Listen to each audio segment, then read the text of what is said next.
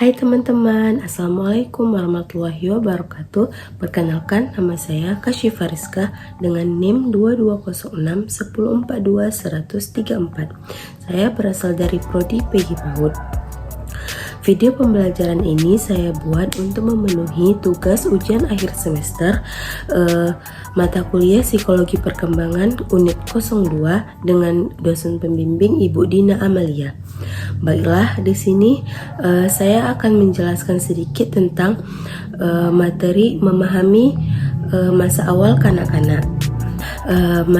Masa awal kanak-kanak itu atau biasa kita sebut dengan masa golden age. Jadi pada masa ini tuh orang tua tidak hanya mengajarkan ilmu pengetahuan kepada anak, namun juga mengajarkan tentang norma sosial, tata krama dan lain sebagainya. Karena itu lebih penting daripada ilmu pengetahuan, apalagi kan masih kecil ya. Jadi lebih baik diajarkan dulu tata krama dan norma sosial, dan seiring berjalannya waktu diajarkan pula ilmu pengetahuan. Masa kanak-kanak itu dibagi dengan 3, yaitu yang pertama ada masa kanak-kanak awal, masa kanak-kanak menengah, dan masa kanak-kanak akhir. Dan selanjutnya ada pun ciri masa kanak-kanak awal, yaitu yang pertama emosi.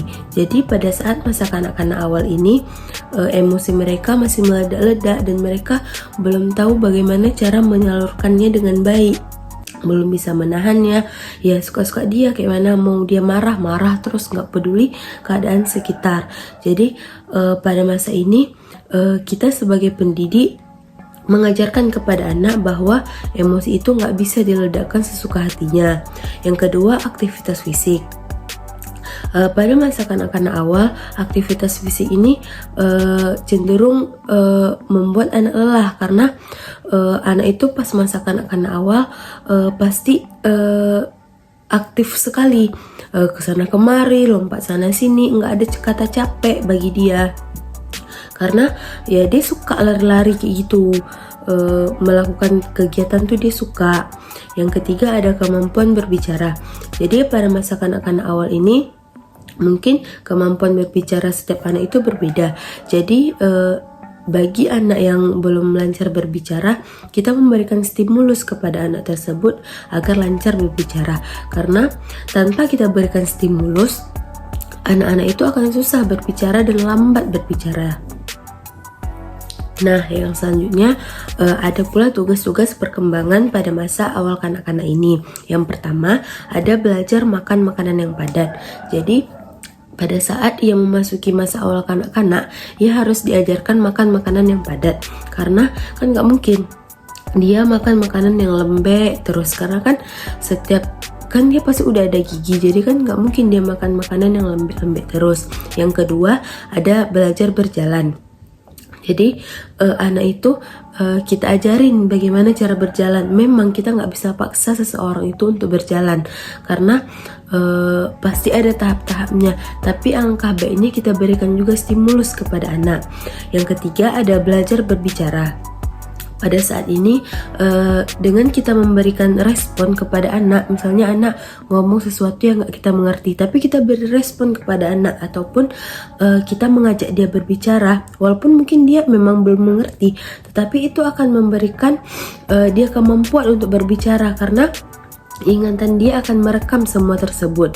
Yang keempat ada belajar untuk menahan pembuangan, seperti buang air kecil dan buang air besar.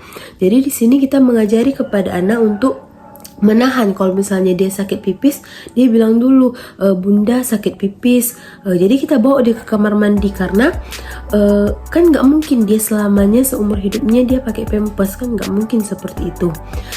Dan juga itu mengajarkan kalau sesuatu yang sakit itu nggak mungkin langsung dituntaskan pada saat itu juga.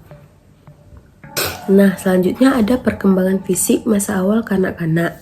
Jadi pada saat ini menurut penelitian, saat anak memasuki masa kanak-kanak, tingginya bertambah menjadi 2 inci dan beratnya menjadi 5-7 pon setiap tahunnya. Tetapi kan setiap orang kan berbeda-beda, nggak mungkin sama. Itu menjadi tergantung pada banyak faktor yang menyebabkan tinggi dan beratnya, seperti faktor keluarga, faktor lingkungan mungkin, faktor ekonomi keluarga juga memungkinkan. Karena jika keluarganya sehat, mungkin anaknya akan ikut sehat. Tapi jika keluarganya toksik, pasti anaknya ikut toksik. Karena apalagi pas masih kecil ya, itu akan sangat mempengaruhi masa depan anak tersebut. Nah, yang selanjutnya itu ada potensi perkembangan awal masa kanak-kanak. Yang pertama itu ada keterampilan. Jadi pada masa potensi awal ini, anak sudah mulai terampil membuat sesuatu karya. Memang karyanya tuh kayak masih dibilang mudah, cuman untuk anak-anak itu mungkin sudah luar biasa keterampilannya. Karena umur segitu tuh anak banyak sekali ide-ide yang harus dikeluarkan dari kepalanya gitu. Nah, yang kedua itu ada kemajuan berbicara.